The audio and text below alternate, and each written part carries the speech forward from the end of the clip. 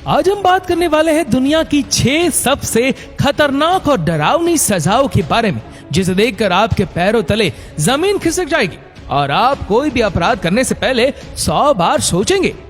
Number 1, ब्राज़न बल।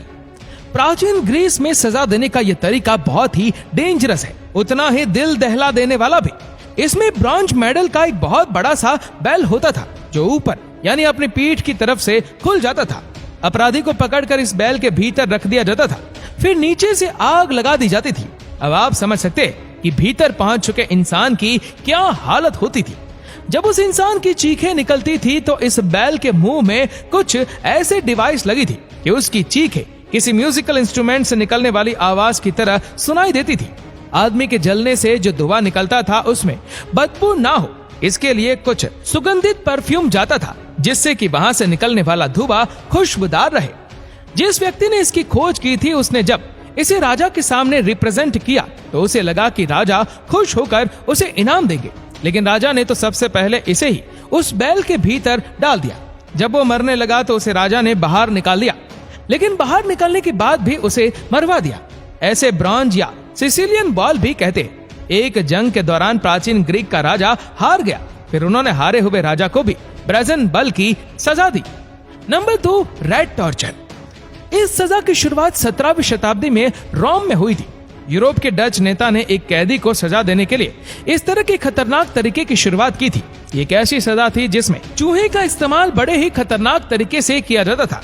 अपराधी को बेंच पर लेटाकर उसके हाथ पांव बांध दिए जाते थे और फिर उसके शरीर के ऊपर एक लोहे का पिंजरा रख दिया जाता था। लोहे के एक पिंजरे में एक चूहा मौजूद होता था और पिंजरे के ऊपर जलती हुई आग का एक बर्तन रख दिया जाता था, जिसकी वजह से पिंजरा गर्म होता था और चूहे को गर्मी लगती थी। ऐसी सिचुएशन में चूहा पिंजरे से निकलकर भागने के लिए आदमी के शरीर को ही कुतरना शुरू कर देता था। एलिजाबेथ ड्यूक की रोमन कैथोलिक नामक राइटर ने यह आरोप लगाया कि टावर ऑफ लंदन के नीचे थेम्स पूरी तरह से अंधेरा कमरा है। बारिश के दिनों में जब नदी का पानी ऊपर आता है तो चूहे भागकर इसी कमरे में आ जाते हैं। कैदियों को सजा देने के लिए इसी कमरे में बांध दिया जाता था। बाद में कैदियों से सच उगलवाने के लिए भी इस तकनीक का इस्तेमाल किया जाता था। चूहों द्वारा कुतर कर मारे जाने के भयानक सजा से डरकर अक्सर अपराधी झूठ बोलने की हिम्मत नहीं कर पाता था। Number 3, iron chair torture. ऐसे अपराधी जो अपराध करने के बाद अपना गुनाह छुपा ले जाते थे और उनसे पूछताछ के लिए इस आयरन चेयर या चाइनीज चेयर का इस्तेमाल किया जाता था। देने का यह तरीका डेंजरस है, उतना ही अमाननीय भी। ये एक ऐसी कुर्सी थी जिसमें बैठने के साथ साथ पीछे टिक कर बैठ जाने की बीच वाली जगह हाथ रखने की जगह पर नुकीले लॉक वाली पीतल की कीलें लगी थी, जिनका साइज छोटा और बड़ा रखा गया था। जब किसी व्यक्ति को पूछताछ के लिए गिरफ्तार करके लाया जाता था तो उसे इसी चेयर पर बैठा दिया जाता था। इसके बाद नीचे से आग लगा दी जाती, खिले गर्म होती और उस आदमी के शरीर को पकाना शुरू कर देती। उसे तब तक बैठा कर रखते थे जब तक कि वो सच्चाई ना बता दे। अगर वह व्यक्ति निर्दोष होता था तो उसे छोड़ भी दिया जाता था। लेकिन आप समझ सकते हैं ऐसी एक चेयर में 500 से लेकर 1500 सीटें होती है और बैठने के बाद किसी का जिंदा बच पाना बहुत मुश्किल है। Number 4, crushed under an elephant. इस सजा को सबके सामने दिया जाता था। इसमें प्रशिक्षित हाथी हुआ करते थे जो इशारा मिलते ही गुनहगार को अपने पैरों तले कुचल देते थे।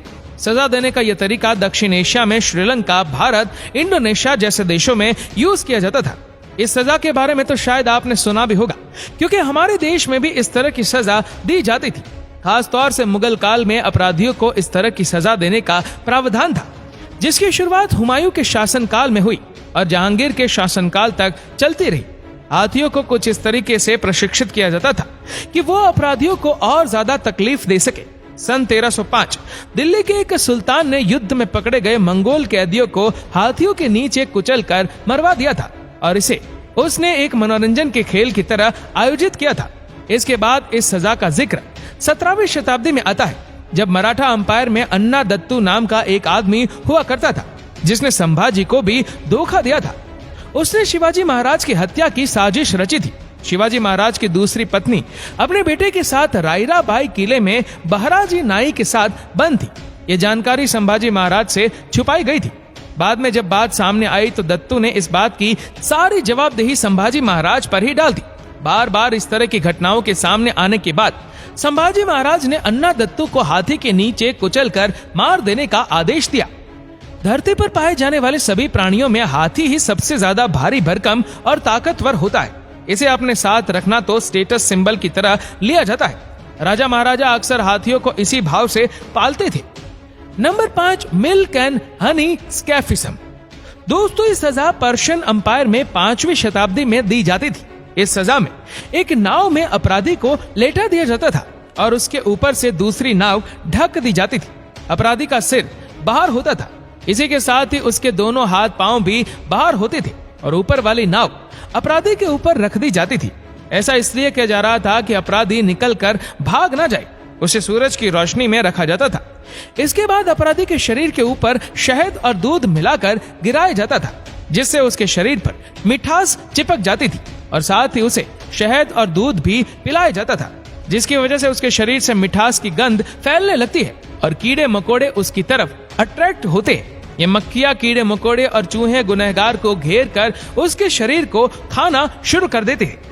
इस तरह उस व्यक्ति को कई हफ्तों तक दूध और शहद का घोल पिलाकर जिंदा रखा जाता था। इस सजा के बारे में आज से 950 साल पुराने एक किताब प्लूटोथ लाइफ ऑफ आर्थाजेट्स में मिलता है।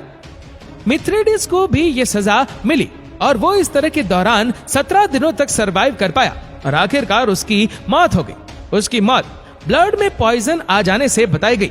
उसके ब्लड में ये पॉइजन कीड़ों की वजह से आया था।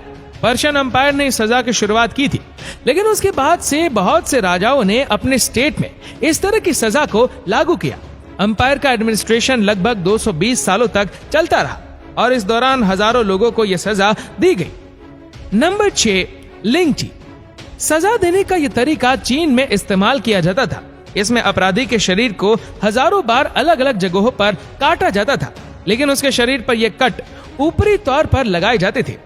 लिंची शब्द 3री शताब्दी के एक किताब जूल्से के 28वें चैप्टर के एक लाइन में इस्तेमाल किया गया।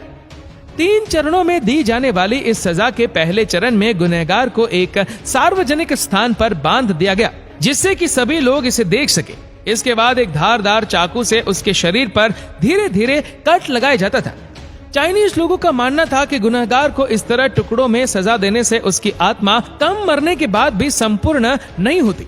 कई बार इस सजा को 3 दिनों तक दिया जाता था। इसमें गुनहगार के शरीर पर 3000 से ज्यादा कट लगाए जाते थे और उसके शरीर के अंगों को धीरे धीरे निकाल लिया जाता था। बाद में गुनहगार के शरीर के अंगों को दवाई के रूप में बेचा जाता था। यदि गुनहगार के परिवार पैसा वाला हुआ तो वो घूस देकर अपराधी को एक ही बार में मरवा देता था। लिंची को पहली बार सन 1890 में कैमरे में रिकॉर्ड किया गया और ये काम विलियम और थर्ड कर्टिस ने किया था। हालांकि चीन की सरकार ने 1950 में इस सजा पर बैन लगा दिया था, लेकिन इसके बावजूद समाचार पत्र द टाइम्स के एक खबर में 9 दिसंबर साल 1927 में चीन के वंचो शहर में इस सजा को देने का जिक्र आता है। दोस्तों, कानून की किताब में अगर इंसानियत के लिए दरवाजे खुले हो तो सजा व्यक्ति के द्वारा किए गए अपराध के अकॉर्डिंग की जाती है, लेकिन जब सजा का पैमाना मन माफिक हो तो थोड़े से अपराध के लिए भी दी जाने वाली सजा इंसानियत की सारी सीमाएं क्रॉस कर जाती है। तो ये थी कुछ ऐसी सजाएं जो राजा महाराजा चाइना, अफ्रीका, भारत जैसे देशों में दुनिया के अलग अलग हिस्सों में चूहों और हाथियों के साथ साथ जानवरों के जरिए अपराधियों को सजा दिलवाया करते थे। आपको इनमें से कौन सी सजा सबसे डरावनी और खतरनाक लगी, हमें नीचे कमेंट करके जरूर बताएगा। और इस वीडियो को आप अपने तक सीमित ना रखें, जितना हो सके इस वीडियो को शेयर करें फेसबुक पर, व्हाट्सएप पर, यूट्यूब पर। और ऐसे ही और भी इंटरेस्टिंग वीडियोस को यूट्यूब पर देखने के लिए नीचे कमेंट सेक्शन में लिंक दी गई है, जिसके ऊपर क्लिक करके हमारी चैनल को आप सब्सक्राइब करें और बेल आइकन दबाएं, ताकि हमारे हर लेटेस्ट वीडियो की अपडेट्स आपको मिलती रहे सबसे पहले। और आप हमारे फेसबुक पेज को फॉलो करना मत भूलना। धन्यवाद।